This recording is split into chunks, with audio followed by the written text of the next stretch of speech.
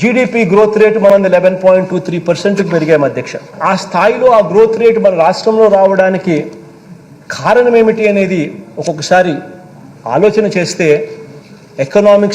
ఎకానమిస్ట్లకు కూడా ఇది అవసరమైన సబ్జెక్ట్ అవుతుంది అధ్యక్ష. ముఖ్యమంత్రి గారు ఎకానమిస్ట్ కాదని ఎవరు కూడా ఇక్కడ అనుమానం లేదు. ఆయనది Sri Lanka economics Pakistan politics model అయింది. పాకిస్తాన్ లో మనం చూస్తున్నాం వాణి తెచ్చి లోపలికే వీణి తెచ్చి లోపలికే అనేటువంటి పాలిటిక్స్ మోడల్ అయింది. శ్రీలంక ఎకనామిక్స్ మనం కళ్ళ ముందు చూసాం. అసలు లండన్ స్కూల్ ఆఫ్ ఎకనామిక్స్ వాళ్ళే తాహతాలాడుతున్నారు.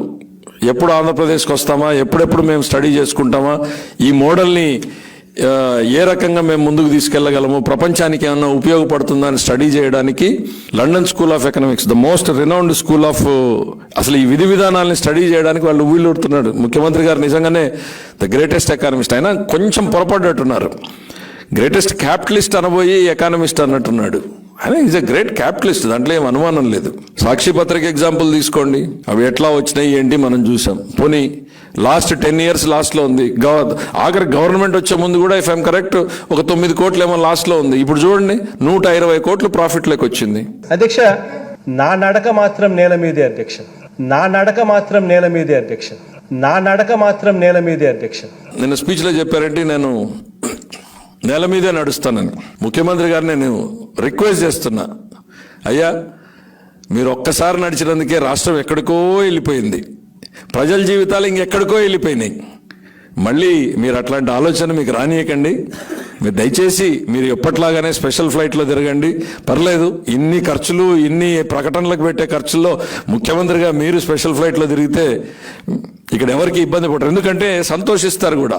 ఇప్పుడు పొరపాటున మీరు రోడ్డు మీద వెళ్ళారనుకోండి, మళ్ళీ ప్రజలు పరదాల వెనకాలకి వెళ్ళాలి.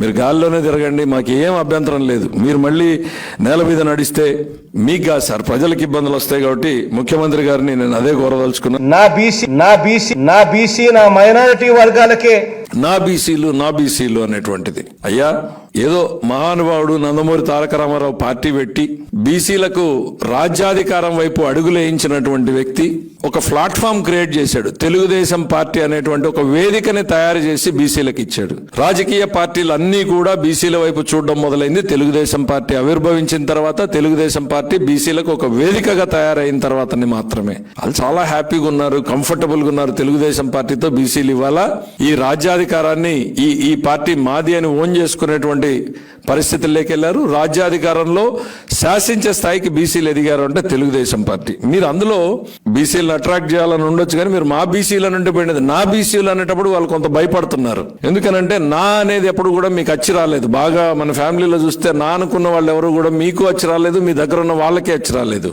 సో మీరు నా బీసీలు అనేటప్పుడు బీసీలు కూడా భయపడుతున్నారు. దయచేసి ముఖ్యమంత్రి గారు ఆ బీసీలను ఏదో మా తెలుగుదేశం పార్టీతో ఉన్నయండి, కనీసం వాళ్ళన్నా సంతోషంగా సంతృప్తిగా ఉంటారు.